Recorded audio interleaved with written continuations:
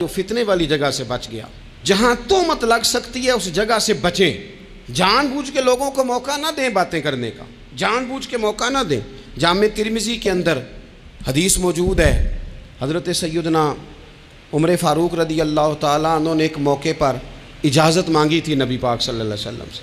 عرض کیا یا رسول اللہ صلی اللہ علیہ وسلم مجھے آپ اجازت دے دیں، میں عبداللہ بن ابی سلول کی گردن اڑا دوں، یہ منافق بار بار آڑے آتا ہے، بار بار تکلیف دیتا ہے، آپ مجھے اجازت دیں میں اسے قتل کر دوں۔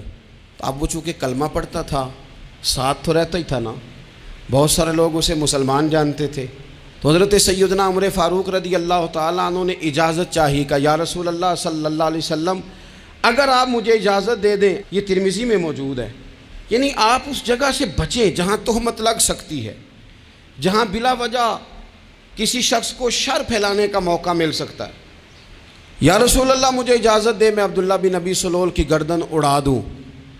تو نبی پاک صلی اللہ علیہ وسلم نے فرمایا کہ عمر اگر میں تمہیں ایسا کرنے کی اجازت دوں گا تو لوگ کہیں گے کہ اب اپنے قریبیوں کو انہوں نے مروانا شروع کر دیا ہے، ساتھ والوں کو ہی مروانا شروع، لوگ تو اسے مسلمان سمجھتے ہیں نا، تہمت والی جگہ سے۔ بلکہ بخاری شریف میں اسی طرز کا ایک اور پیغام بھی ہمارے لیے موجود ہے۔ یہ جو حرم شریف آج ہمارے سامنے ہے نا، بیت اللہ شریف، اس میں ایک پیچھے مقام ہے جس کو حتیم کہا جاتا ہے، یہ خانہ کعبہ کا حصہ ہے۔ حضور صلی اللہ علیہ وسلم کے اعلان نبوت سے پہلے جب قریش مکہ نے اسے تعمیر کیا نا دوبارہ سے، تو انہوں نے چندے کا کوئی اس طرح کا مزاج بنایا تھا کہ اس بندے سے پیسے لینے ہیں جس کے بالکل ہی جائز ہوں۔ اس ترتیب سے انہوں نے خانہ کعبہ کی تعمیر کی کہ پھر وہ ساری تعمیر نہ کر سکے، حتیم باہر رہ گیا۔ تو نبی پاک صلی اللہ علیہ وسلم نے ایک دن فرمایا، بخاری میں موجود ہے، حضور فرمانے لگے عائشہ اگر تمہاری قوم جاہلیت کے قریب نہ ہوتی، کیونکہ ابھی قریب جاہلیت چھوٹی ہے نا، ابھی لوگوں نے کلمہ پڑھنا شروع کیا ہے، فرمایا اگر یہ جاہلیت کے قریب نہ ہوتے تو میں کعبے کو انہی بنیادوں پر دوبارہ بنا دیتا جن بنیادوں پر حضرت ابراہیم علیہ السلام نے بنایا تھا، لیکن چونکہ یہ جاہلیت کے قریب ہیں، ان کی سمجھ میں چیز نہیں آئے گی، یہ شک میں پڑ جائیں گے، پریشان ہو جائیں گے، لہذا میں یہ کام نہیں کرتا۔ بہت ساری چیزیں ایسی ہیں کہ جن کی وجہ سے بعض سادہ لوگ ابہام کا شکار ہوتے ہیں، ابہام کا۔ ہمارے علماء نے اس طرح کیا کہ بڑے طے کر کے عقائد کے عنوانات امت تک پہنچائے۔ ہر آدمی ہر شعبے کا اسپیشلسٹ نہیں ہوتا، بہت ساری لوگ باتیں مریض کے سامنے کرنے والی نہیں ہوتی، وہ صرف لواحقین کو بتانے والی ہوتی۔ پھر کچھ لوگ اور آئے جنہوں نے کہا کہ ہم تو ایفیشنسی دکھائیں گے، کچھ خاص ہر بات کھول کر لوگوں کے سامنے رکھیں گے، تو اس کا نقصان پھر یہ ہوتا ہے کہ سادہ لوگ مشکلات کا شکار ہوتے ہیں۔ وہ پھر جب کہتے ہیں ہر چیز ڈسکس کر لینی چاہیے تو پھر باتیں دور نکل جاتی ہیں۔ پھر لوگوں نے انبیاء کرام علیہم السلام کی اجتہادی خطاؤں کو ڈسکس کرنا شروع کیا۔ ربنا ظلمنا انفسنا، اگر حضرت آدم یہ لفظ کہیں تو ان کے لیے تو ٹھیک ہے، لیکن اگر کوئی غلام اور امتی اور بیٹا اٹھ کے یہ لفظ کہے تو اس کے لیے ٹھیک نہیں ہے۔ تو میرے عزیز ایسے کام نہ کریں جس کی وجہ سے بلا وجہ بحث کا۔ ہمارے یہاں کچھ لوگوں کو شوق ہے خبروں میں رہنے کا، وہ ایسی باتیں چھیڑتے ہیں جن سے نہ وہ خبروں میں رہ سکیں۔ میں نے دیکھا ہے وہ کہتے ہیں جی میں نے کوئی انوکھی بات کرنی ہے۔ بھئی انوکھی بات کرنے سے بندہ مشہور تو ہو جاتا ہے۔ ہمارے زمانے میں مشہور ہی وہ ہوتا ہے جو دوسروں سے ذرا ہٹ کے بات کرے، انوکھی کرے۔ وہ ہمارے لطیفہ لکھا ہے نا، ایک اہل عرب کا ایک ہجا نام کا عربی کا ایک لطائف سنانے والا شاعر ہے، تو وہ کہتا ہے کہ ایک شخص نے ایک دفعہ کہہ دیا تھا گدھا کھانا جائز ہے۔ بڑے بڑے علماء اس کے گھر چلے گئے کہ بھئی کوئی دلیل، کوئی جزیہ، کوئی کہاں سے، کوئی کتاب، کوئی حوالہ، کوئی شے۔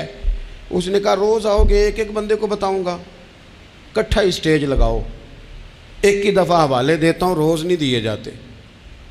وہ اسٹیج لگ گیا، دنیا جمع ہو گئی، جنہوں نے کبھی ٹائم نہیں نکالنا، تو یہ ذرا انوکھی بات جو کر رہا تھا، تو سارے لوگ آ گئے۔ تو وہ اسٹیج پہ چڑھا تو کہنے لگا مجھے جانتا کوئی نہیں تھا، چلو اب بدنام جو ہوں گے تو کیا نام نہ ہوگا، اب قیامت تک کہو گے تو صحیح نا۔ وہ اس مولوی دے گھر جنہیں ایک بار آکھیا نہیں سی گدھا کھانا جائز ہے، چلو بدنام جو ہوں گے تو کیا۔ تو بہت سارے ایسے لوگ ہیں جو ہیں بدنام، پر چلو نام تو ہو گیا نا، بدنامی صحیح، شرارت صحیح، شیطانیت سے ہی صحیح، لیکن نام تو ہو گیا۔ تو اس لیے کوئی ایسا انوکھا کام جس سے لوگوں کی، میں آپ سے بڑی گزارش سے عرض کروں، اعلیٰ حضرت بریلوی رحمۃ اللہ علیہ نا لالٹین کے اندر مٹی کا تیل جلایا جاتا ہے ہمارے ہاں، تو مٹی کا تیل ظاہر ہے اس سے بدبو آتی ہے، تو مسجد میں وہ جلانا جائز نہیں تھا۔ تو ایک صاحب ارنڈی کا تیل لائے، وہ خوشبو والا ہوتا ہے، وہ لا کے انہوں نے نا اعلیٰ حضرت بریلوی رحمۃ اللہ علیہ کو لالٹین میں ڈال کے دیا اور کہا کہ یہ مسجد میں اس کو جلاتے ہیں چونکہ اس کے اندر سے خوشبو آتی ہے، بدبو نہیں آتی۔ تو وہ جو شرعی عذر ہے نا، حضور نے فرمایا کہ جمعے والے دن غسل کر کے آؤ تاکہ کسی کے پسینے سے ایک دوسرے کو تکلیف نہ ہو۔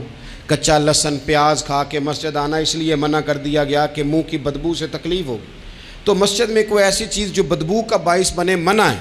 اب انہوں نے وہ تیل لا کے لالٹین میں ڈالا جس سے خوشبو آتی تھی اور لالٹین بھی روشن ہوتی تھی۔ تو اعلیٰ حضرت فاضل بریلوی رحمۃ اللہ علیہ اپنے اس خادم سے فرمانے لگے کہ اب لوگ تو آئیں گے نا، تو ہمارے علاقے میں تو ساری دنیا مٹی کے تیل سے ہی چلاتی ہے، تو اب آپ نے ایک خوشبو والا تیل لا کے ڈال تو دیا ہے اس کے اندر لالٹین میں، پر یہ لوگوں کو بتائے گا کون کہ یہ تیل وہ نہیں ہے؟ لوگ تو یہاں سے دیکھ کے جائیں گے اور جا کے کہیں گے کہ اتنے بڑے عالم کی مسجد میں اگر جل رہا ہے تو ہم کیوں نہ جلائیں؟ تو فرمانے لگے وہ شخص کے حضور پھر حال کیا ہے؟ فرمانے لگے آپ فرضوں کا سلام پھیر کے دعا سے پہلے لالٹین کے پاس کھڑے ہو جائیں اور جو بندہ گزرے اسے بتاتے جائیں کہ یہ مٹی کا تیل نہیں، یہ مٹی کا تیل نہیں، یہ مٹی کا تیل۔ ہر شخص کے ذہن تک بات اتر جائے تاکہ لوگ کسی ایسی چیز کا شکار نہ ہو جائیں جس سے کہ ان کے مزاج میں کوئی غیر شرعی چیز عروج پکڑ لے۔ تو میرے عزیز، ہم نہ کچھ بدگمانیاں لوگوں کے اندر لوگ ڈالتے ہیں۔ ہمارے ہاں بالخصوص پاکستان میں جب سے سیاسی فرقہ واریت شروع ہوئی ہے، سیاسی، ہماری قوم کا مزاج اتنی بری طرح خراب کیا گیا ہے۔ ہمارے نوجوان بچے جو بڑے سنجیدہ پڑھے لکھے، ان کی گفتگو اپنے سیاسی مخالف کے بارے میں اتنی لوز کر دی گئی ہے، اتنی کمزور کر دی گئی، اتنی خوفناک کر دی گئی ہے کہ اس طرح تو کبھی نہیں ہوا تھا۔ یہ مزاج جو لوگوں کو دیا جا رہا ہے، قومیں اپنے اخلاق کے طور پر زندہ رہتی ہیں۔ بد اخلاقیاں کبھی بھی انسانوں کو اونچا کر سکتی، پیچھے رہ جاتے ہیں لوگ۔ تہذیب کسی سوسائٹی کا حسن ہوتا ہے، اور اگر ایک سیاسی مخالف کے لیے آپ کا یہ والا مزاج بن جائے، اپنے سیاسی قد کو اونچا کرنے کے لیے آپ ان چیزوں کا سہارا لیں، یہ درست نہیں ہے۔ اخلاقی رویے میں کہوں گا کسی بھی سیاسی جماعت سے وابستگی ہے وہ 100% رکھے جو اس کی سمجھ میں آتی ہے، لیکن اپنے اخلاقی مزاج کو کبھی کمزور نہ ہونے دے، اخلاقی رویہ کبھی کمزور نہ ہونے دے۔ یہ کیسے ہو سکتا ہے؟ دیکھیں، ابو جہل، ابو لہب، عتبہ، عتیبہ، شیبہ، وہ وہی باتیں کر سکتے تھے جو ان کے مزاج کی تھیں، جو آج تک لوگ کسی بھی دیندار کے بارے میں کرتے ہیں۔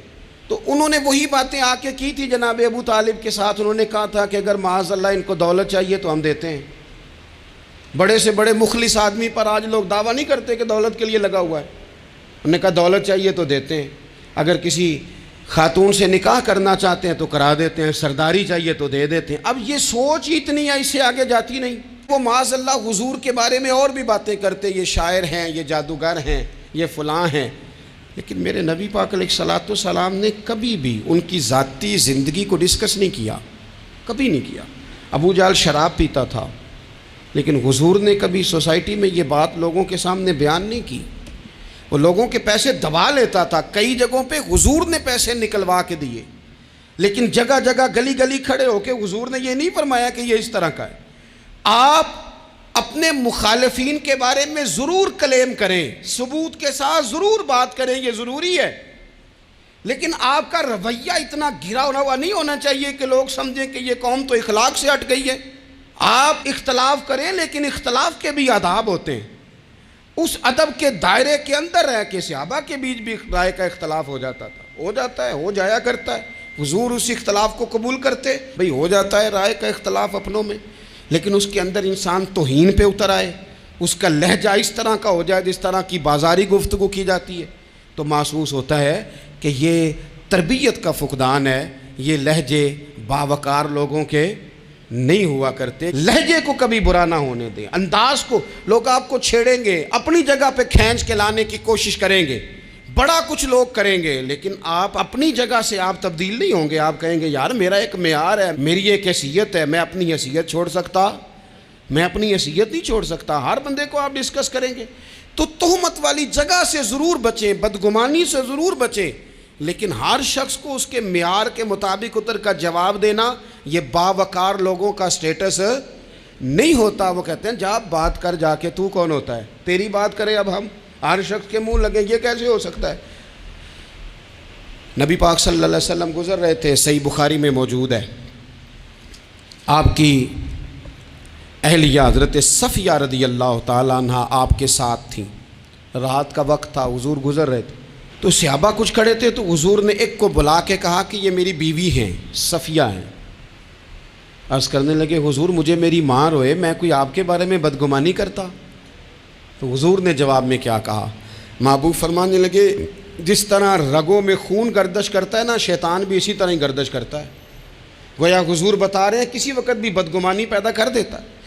میں تمہیں بتا رہا ہوں کہ اپنی اہلیہ کے ساتھ جا رہا ہوں، میری بیوی ہے. کوشش کریں کہ آپ اس جگہ سے بچیں جہاں باتیں ہو رہی ہوں. اور اس پہلو پہ تیسری گزارش اس عنوان پر یہ ہے کہ اگر کسی کے بارے میں باتیں ہو رہی ہوں تو فٹافٹ اس کا حصہ بننے کی کوشش نہ کریں، بلکہ آپ کے پاس جب تک کوئی شرعی ثبوت نہیں ہے تب تک آپ اس بات کا حصہ نہ بنیں. ہمارے ہاں بات ہو رہی ہوتی ہے تو دو چار بندے دوڑ کے نا اپنا بھی حصہ ڈالتے ہیں. بلکہ میں بڑی ذمہ داری سے یہ بات عرض کروں گا، بات لمبی ہوتی تب ہے جب کوئی بندہ درمیان میں کہہ دیتا ہے نا نہیں تجھے تو تھوڑا پتہ ہے، تھوڑا میں بھی کرتا ہوں. وہ کئی دفعہ وعدہ معاف گواہ بن جاتا ہے، جا کے دوسروں کو خبر کرتا ہے اس نے یہ کہا ہے. حالانکہ بندہ اس سے پوچھے کہ اگر انہوں نے کہا تھا تو اتنا سجن تھا تو وہاں جواب دے کے کیوں نہیں آیا؟ تجھے چاہیے تھا وہیں جواب دیتا، وہیں جا کے جواب دے دیتا. ایک بزرگ کی خدمت میں ایک دفعہ حاضر تھا، ایک بڑے عالم تھے. تو ان کے پاس آ کے ایک شخص نے کہا کہ فلاں آدمی آپ کے بارے میں یہ بات کر رہا تھا. تو وہ ہنس پڑے، فرمانے لگے پھر آپ کہاں تھے؟ کہنے لگے میں وہیں تھا. فرمانے لگے میرا اور آپ کا رشتہ کس طرح کا ہے؟ کہنے لگا جی میں تو شاگرد ہوں، ارادت مند ہوں. تو فرمانے لگے پھر آپ میرے پاس سوال لے کے آ گئے ہیں، آپ نے وہاں جواب کوئی نہیں دیا. فرمانے لگے اب تو میرے سامنے بیٹھ، پہلے اس سوال کا جواب میں تجھے دوں، پہلے تجھے قائل کروں. اگر تو قائل ہوتا نا تو پھر تو یہ بات لے کے میرے پاس نہ آتا، پھر تو وہاں تو کلیئر کر آتا. تیرے اندر کجی ہے، تو بات کا حصہ بنا ہے، اور میرے نزدیک اس سے بڑا تو مجرم ہے کہ تو نے بات کو سنا ہے. وہ تو کوئی ہے، اور تو اپنا تھا، تو نے اپنا ہو کے یہ باتیں سنی، تو نے ہاں کی، تو وہاں بیٹھا رہا، تو اپنا تھا. اور حضور نے فرمایا محبت تو بندے کو اندھا بہرا اور گونگا کر دیتی ہے. جو کسے دا عاشق ہوئے ہوتے گل اسے دی کردا ہے، 100 مکر بہانے کر کے او دے ہی مرنے مرد ہے. تو نے سن کیسے لی؟ تیرے کانوں نے گوارا کیا؟ پہلے تو مطمئن ہو نا. تو اگر مطمئن ہوتا تو بات آگے وہیں جواب دے کے آتا. جب تو ہی غیر مطمئن ہے تو میں کسی اور کو کیا جواب دوں؟ تو مدد کریں اپنے بھائی کی اس معاملے میں کہ اگر آپ کلیئر ہیں تو پھر آپ اسے وہیں کلیئر کریں. کہیں یار میری بات سن، یہاں تک تو بات ٹھیک ہے، اس بات کا میں گواہ ہوں، یہ ہو سکتی نہیں. اور نبی پاک کا یہ طریقہ ہے. مسند امام احمد بن حنبل میں حدیث موجود ہے، حضرت عبداللہ ابن مسعود رضی اللہ تعالیٰ عنہ، کمال آدمی حضرت عبداللہ ابن مسعود. حضور نے فرمایا عبداللہ ابن مسعود سے قرآن سیکھا کرو، یہ اسی طرح پڑھتے ہیں جس طرح میرے اوپر نازل ہوا تھا. حضرت عبداللہ ابن مسعود کو نبی پاک علیہ السلام نے فرمایا درخت پہ چڑھ کے ذرا میرے لیے مسواک تو اتار دو. حضرت عبداللہ ابن مسعود کی پنڈلیاں پتلی پتلی تھی، ٹانگیں پتلی تھیں. وہ درخت پہ چڑھے، ہوا چلی تو کپڑا تھوڑا ہٹ گیا تو بعض لوگ ان کی پتلی پنڈلیوں کا مذاق اڑانے لگے. معاذ اللہ، دیکھو کیسی باریک باریک پنڈلیاں ہیں، کیا انداز ہے. اب حضور بیٹھے ہیں نا، تو انہوں نے جو بات کی تھی وہ بات بھی درست تھی، پنڈلیاں واقعی پتلی تھیں. اور کوئی بھی اس انداز میں دیکھتا تو شاید مسکراتا. جب انہوں نے کہا نا دیکھو پتلی پنڈلیاں، تو حضور نے ہمارے لیے طریقہ کیا چھوڑا، ہمارے لیے سیرت کیا چھوڑی. حضور سید عالم فوراً ارشاد فرمانے لگے، نبی پاک فرمانے لگے چپ کرو، تم میرے عبداللہ کی پنڈلیوں کو پتلا پتلا کہہ رہے ہو نا. قیامت کے دن جب میزان لگے گا اور ان پنڈلیوں کا تمہیں وزن پتہ چلے گا، پھر پتہ چلے گا میرے عبداللہ کی شان کیا ہے. یہ بڑی وزنی پنڈلیاں ہوں گی، جب ان کا میزان پر وزن تو لگے تو آپ دفاع کریں. نبی پاک صلی اللہ علیہ وسلم نے فرمایا اگر کسی جگہ تیرے بھائی کی عزت پر حملہ ہو رہا تھا اور تو بچانے پر قادر تھا، اور تو نے اس کی عزت سے اس شر کو روک دیا، کہا نہیں یار ایسی بات نہیں ہے، تم غلط کہہ رہے ہو۔ فرمایا اگر تم کسی کی عزت کا دفاع کرو گے تو فرمایا جہاں تمہاری عزت خراب کی جا رہی ہوگی رب وہاں تمہاری عزت کا دفاع فرمائے گا، اللہ تمہاری عزت کا محافظ بن جائے گا۔ لیکن ہم کیا کرتے ہیں، ہم لوگ باتیں کر رہے ہوتے ہیں تو ہم ان باتوں میں ایک بات اور شامل کرتے ہیں، ہم ان باتوں میں ایک بات اور شامل کر لیتے ہیں اور انداز اختیار کر لیتے ہیں، اور جو آپ کے حق میں ہے اس نے مخالف نہیں ہونا، اور جو مخالف ہے اس نے کبھی حق میں چھوڑیں۔ آپ کس کو قائل کر رہے ہیں؟ جس کی سمجھ میں آتی ہے وہ قبول کرے، نہیں آتی تو دروازہ کھلا ہے، کہیں اور تشریف لے جائے۔ ہمارا یہ مزاج بن گیا کہ بلا وجہ کی وضاحتیں بھی بندے کو کمزور کرتی ہیں، بلا وجہ ہم کمزور پڑ جاتے ہیں، تھوڑے بے نیاز ہو جائیں، چھوڑیں کچھ بے نیاز بنے، طبیعت کوئی بے نیاز، ہم نہ بے نیاز نہیں ہوتے، ہر بات کو سوچتے ہیں، ہر بات کی وہ جی وہ فلانے نے پتہ کیا کہا ہے، تو بڑی معذرت سے بالخصوص خواتین کا مسئلہ ہوتا ہے، وہ کہتے ہیں پوری دسو، نہیں دسو نے آکھیا کی بھئی آپ نے کیا کرنا ہے، اس کے لیے پھانسی کا حکم لگانا ہے آپ نے، چھوڑ دیں، بات ہو گئی ختم ہو گئی۔ اپنی زندگی میں تھوڑی سی بے نیازی بھی پیدا کریں، تھوڑی سی بے نیازی، ہر ایک کی بات سننا، ہر ایک کی بات پر غور کرنا، ہر بندے پر تبصرہ شروع کر دینا، وہ تو تکلیف آ جائے گی۔ وہیں سے جہاں سے بات شروع کی تھی پھر وہیں لاتا ہوں کہ باتوں کا اثر لیں لیکن صرف خیر کی باتوں کا اثر لیں، لیکن صرف اچھے لوگوں کی باتوں کا، ہر ایک کی بات کا اثر لوگے لوگ دو قدم نہیں چلنے دیں گے۔ اور دوسرا میں آپ کو بڑی ذمہ داری سے عرض کرتا ہوں، ہم ویژن والے لوگ ہیں، ہماری 1400 سال کی تاریخ ہے، ہم ویژن والے لوگ ہیں۔ یہ نہیں ہے کہ ادھر ایک بندہ آیا تو تھوڑی سی ہم اس کے پیچھے چلے جائیں گے، پھر کل ایک اور آئے گا تو تھوڑا سا اس کے پیچھے چلے جائیں گے۔ یہ تو وہ لوگ ہوتے ہیں جن کے پیچھے بنیاد نہیں ہوتی، اور جن کی پوری بنیادیں ہونا وقت زیادہ ہو گیا، ورنہ میں آپ کو اپنی سند پڑھ کے بتاتا کہ ہماری سند امام بخاری تک کیسے جاتی ہے اور امام بخاری کی رسول پاک تک کیسے جاتی ہے۔ یہ تو ایک تسلسل ہے، تو اس لیے بڑی جلدی آزمائش کا شکار نہ ہوا کریں۔ باتیں کس لیے ہیں؟ جو بندہ ویلا ہے اس نے بھی 4 باتیں، تو ہر بات کا اثر نہ لیں۔ بالخصوص جوانوں سے کہتا ہوں، ٹارگٹ اچیو کرنے کے لیے سب سے پہلے تو مقاصد کا تعین کرے، جانا کدھر، اور پھر اس پہ لگ پڑے۔ باتیں ہوتی رہیں گی لیکن باتوں کو پشت پہ سوار نہیں کرنا، باتوں کو پاؤں کے نیچے رکھنا ہے، قد اونچا ہو جائے گا، قد اونچا ہو جائے گا۔ پشت پہ سوار کرو گے تو گردن ٹیڑھی کر دیں گے۔ آپ بس بڑھتے جائیں۔ گھوڑا جب دوڑتا ہے نا، دوڑتا ہے تو اس کے پیروں کو جھاڑیاں لگتی ہیں، لیکن اگر دوڑتا رہے تو کوئی جھاڑی کہیں رہ جاتی ہے، کوئی کہیں رہ جاتی ہے۔ باقی مخلوق کرتی ہے باتیں، وہ کرتی رہے گی، آپ آگے بڑھیں، سفر کرتے رہیں۔ سفر بہت سارے باتیں کرنے والے وہیں رہ جاتے ہیں اور کام کرنے والے کہیں کے کہیں پہنچ جاتے ہیں۔ باتیں کرنے والوں میں سے نہ ہوں، کام کرنے والوں میں سے ہوں۔ اللہ توفیق عطا فرمائے۔ آخر دعوانا الحمدللہ رب العالمین۔